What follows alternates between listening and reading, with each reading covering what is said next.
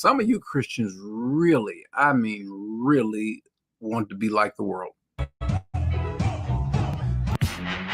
Okay, so there's this song I've seen a few times. You can't, if you're on any other social media platform and you look at these different reels and things like that, this little dance or song is going to pop up. I don't know the lyrics. I hear the parts of it, the where them fans at, and I've seen people from all walks of life doing it, black, white, young, old, just doesn't matter.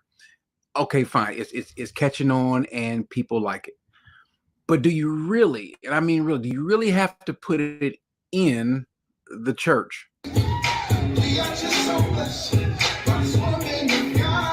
Now, I'm gonna pull this down, the volume down, because I don't want to get a copyright strike. I typed in where them fans at. I guess the song is called Boots on the Ground. So look at these Boots on the Ground. And I think the name of the group is 803 Fresh. Never heard of them, but God bless them. They made themselves some money. So I'm gonna pull this down because I don't want them to give me a copyright strike. But this is the church. These. First of all, can I just say this? As you look at, let me just say a couple things. Sometimes it's just good just to be old. Now, I'm saying this as a person who's older and getting older, and I'm happy with it. I promise you, I'm good. I'm cool with being old. Some of you old folks just need to grow old gracefully. Y'all fighting it hard. but is this okay? So now let's get the fans and shake our behinds in the church.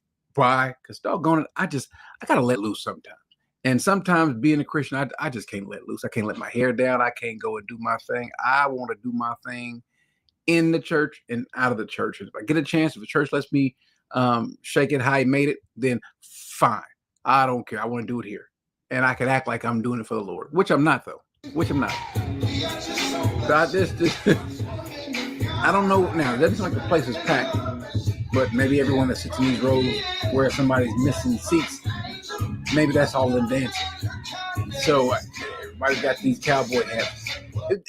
Is it just me though? Also, let me just say this: is it just me, or is it just only certain places that just look comfortable in cowboy hats? I don't know. Maybe I'm regional biased. Now, I was born in Indianapolis. I live down here in Texas. It just doesn't seem right. Let's say if you're in New York wearing cowboy hats, it's just who you fooling? Right.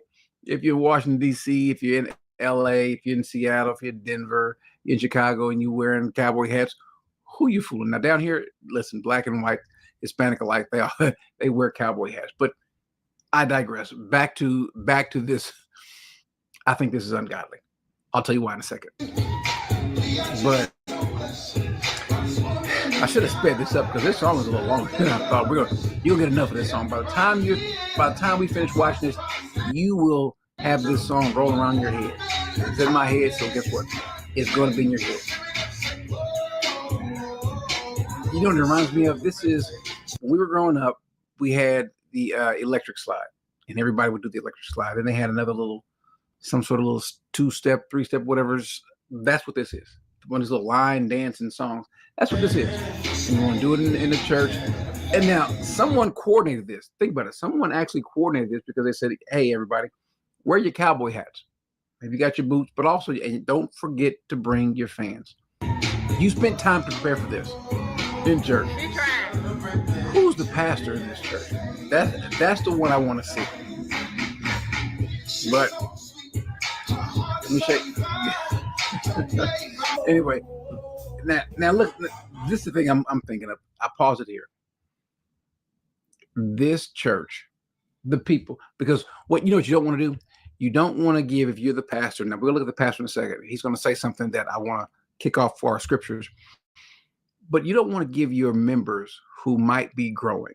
Everyone in the church is not at the same spiritual levels. You're going to have some people that are mature, some that are not. Some that know better, some that don't. And those that are struggling, the lines are blurred between doing right and doing wrong, knowing better, not knowing better. You don't want to give them an opportunity to slip back and be like they were before.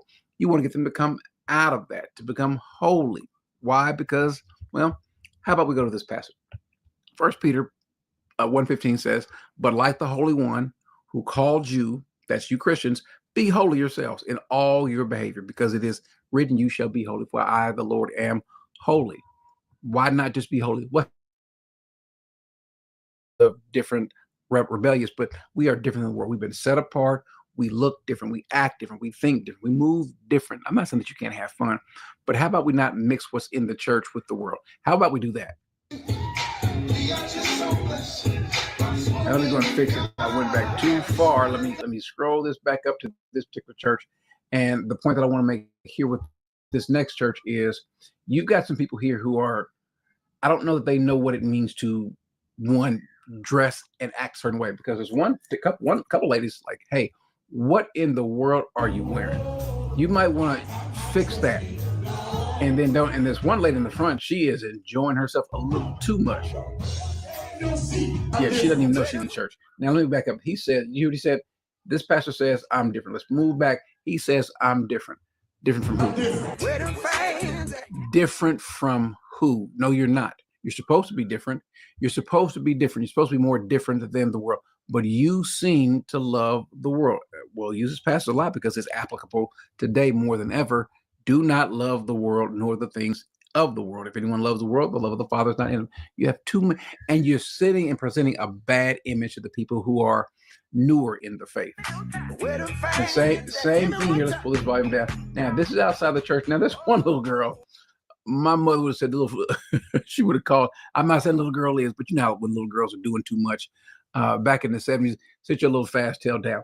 Well, this little girl, I'm not saying she's fast, but what I'm saying is she's getting an improper image from the people. You're doing this on the grounds of the church, and she's into it.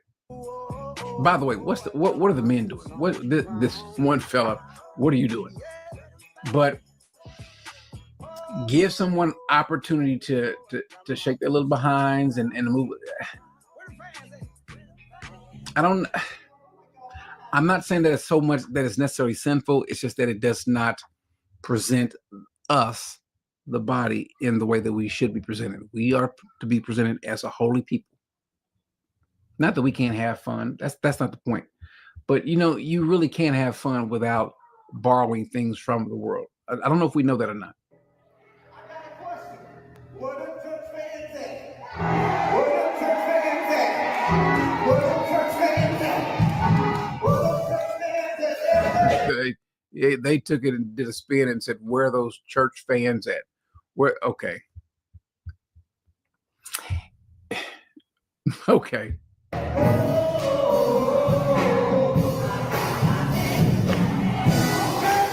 Now, grandma right there, that's her jam. That's grandma's jam. She got up and said, okay, let me, okay, fine. Yeah, let's go ahead and take advantage of this movement in the world and let's make it part of the church.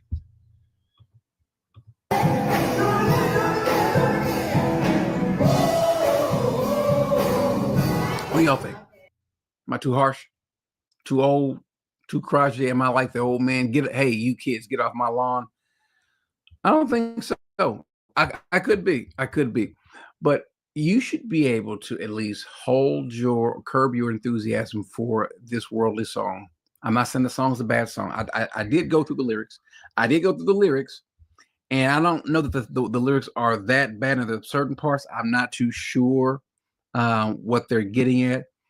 One part says cowboys and cowgirls are feeling that groove, sipping on that moonshine, fire rolling. I'm gonna get behind that thing, girl. That might be, that. So let's take that because the song is catchy and make it into kind of a Christian version, or what we did see where some folks didn't even change the words. They just played the song, the actual song. So those same lyrics are being played in the church, and let's dance to that. And because we take that, because we put it in the church, now that song becomes holy. No, you can't leave certain things just because they're popular alone. Let me give you an example. Paul says in Romans 12, I urge you, brethren, by the mercies of God, to present your bodies a living sacrifice. That means you gotta not do some things that you want to do. You gotta let some things go that you don't want to let go. Some things that might tickle my flesh. That might make me feel good. But for the cause of Christ, we let those things go. But some folks aren't willing to. This is the problem, and this is what's coming to church. Why do you have to be like the world? What is it in the world that you want?